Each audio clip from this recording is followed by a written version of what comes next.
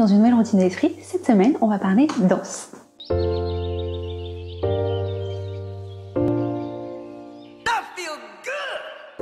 Bonjour, je suis très heureuse de vous retrouver pour une nouvelle routine. Je vous souhaite mes meilleurs vœux pour cette nouvelle année. Je vous souhaite de profiter de vous, de vos proches, de votre santé et de stimuler vos neurones. Les routines que je vous propose, elles n'ont pas d'ordre ou de hiérarchie. C'est à vous de choisir la routine que vous voulez mettre en place, la routine que vous voulez expérimenter. Vous pouvez la personnaliser, l'adapter avec ce qui fonctionne pour vous à l'instant présent. Vous pouvez revenir dessus avec un regard neuf plusieurs mois après et la mettre en pratique différemment. Les routines, elles se combinent aussi entre elles, comme par exemple les relations sociales avec la communication non violente ou encore la lecture avec le sommeil, la motivation avec les objectifs. Il y a plein de combinaisons possibles. Aujourd'hui, on va en quelque sorte combiner deux routines. La routine consacrée au sport et la routine dédiée à la musique pour parler d'une pratique extrêmement bénéfique pour notre bien-être à la fois physique et psychologique. Cette pratique, c'est la danse.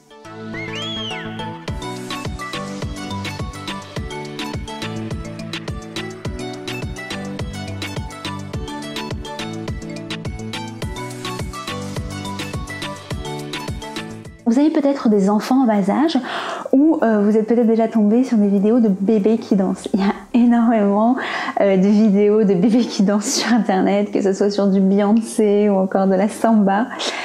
Très tôt, avant même de parler, les bébés ont déjà le rythme dans la peau et arrivent à bouger leur corps en musique. La danse serait une capacité innée. Il y a quelques études sur le sujet, notamment une étude effectuée par 2 psychologues finlandais et anglais. Ils ont observé 120 nourrissons âgés de 5 à 24 mois. Les chercheurs ont diffusé aux bébés de la musique classique, de la musique avec du rythme et puis de simples discours. Et en écoutant la musique avec du rythme, les bébés ont bougé spontanément l'ensemble de leur corps. Et ils ont réagi au rythme et au tempo de la musique. Alors que lorsque les bébés ont écouté le discours, il n'y a pas eu de mouvement rythmé de leur part.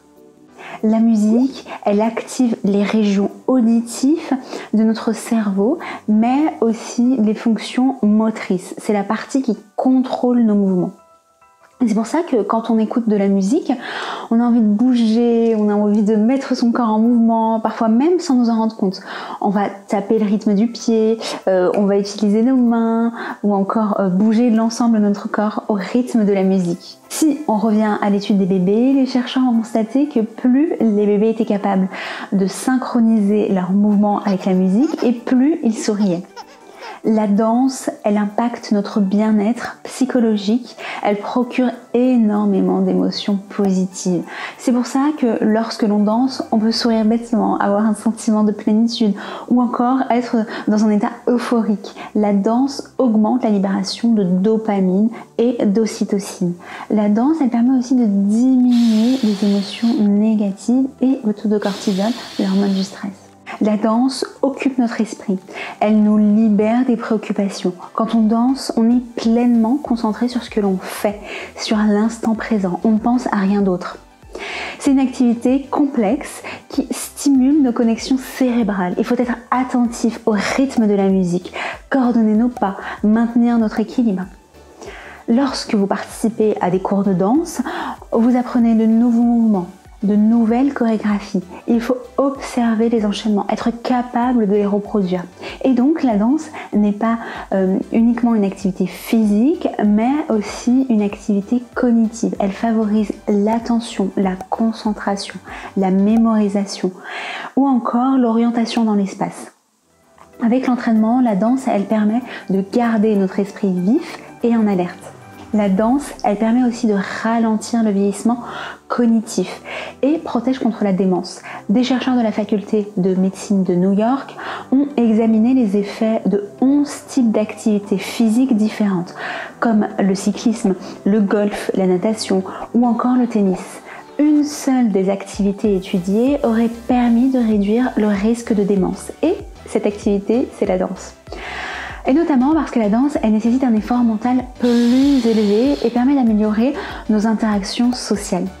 La danse permet de rester engagé socialement. Je vous avais parlé de l'importance des relations sociales et des dangers de la solitude dans une routine dédiée. La danse de groupe ou de couple favorise la conscience sociale. La danse permet également de laisser libre cours à sa créativité, de s'affirmer et renforcer la confiance en soi. Les bienfaits de la danse sont reconnus scientifiquement. Selon la science, la danse en tant que thérapie est efficace pour de nombreuses maladies, notamment neurologiques, comme par exemple la maladie de Parkinson. Une neurologue de l'université de Washington a étudié pendant 1 an l'impact du tango sur des personnes atteintes de la maladie de Parkinson. Il y avait une 50aine de personnes. La moitié du groupe a appris le tango et l'autre moitié n'a rien modifié à ses habitudes. Le tango a amélioré l'équilibre et la mobilité des participants qui ont eu moins de chutes.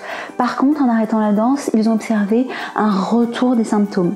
Pour profiter des bienfaits de la danse, il faut maintenir une pratique régulière. Plusieurs études ont indiqué la thérapie par la danse comme une méthode efficace pour tous, que ce soit pour les enfants, les adultes, les personnes âgées.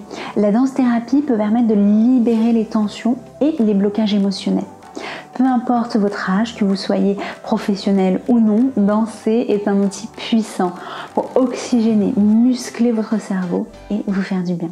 Donc pour cette nouvelle routine, si vous voulez mettre en mouvement votre corps et profiter de tous les bienfaits de la danse, vous pouvez premièrement commencer par bouger en rythme. Que vous soyez dans le bus ou sous la douche, en train de vous brosser les dents, de faire la queue à la caisse ou en bureau de poste, vous pouvez tout simplement claquer des doigts, taper des pieds ou bouger tout votre corps en rythme. Essayez d'écouter plusieurs styles de musique pour vous familiariser avec différents rythmes. Deuxièmement, pour profiter pleinement des bienfaits de la danse, essayez de la pratiquer sur le long terme, chez vous en regardant des vidéos ou alors en choisissant de suivre des cours physiques. Il y a énormément de styles de danse, donc vous avez l'embarras du choix. Et chaque style de danse a des effets différents sur le cerveau, donc n'hésitez pas à expérimenter, varier les styles. Essayez de privilégier les cours physiques pour profiter de la richesse des interactions sociales et libérer l'ocytocine, l'hormone des liens sociaux. Si vous avez des soucis d'articulation ou autre, parlez-en à votre médecin qui vous accompagnera pour trouver la pratique la plus adaptée. Et enfin, amusez-vous. Ne vous préoccupez pas du regard des autres, de l'esthétique, de l'esthétisme de vos mouvements. Appréciez simplement l'instant présent et laissez-vous guider par la musique. Je vous remercie d'avoir regardé cette nouvelle vidéo. Je vous souhaite une très belle semaine en musique et en danse. Je vous retrouve très prochainement pour une nouvelle routine. D'ici là, je vous souhaite une très belle journée. À bientôt.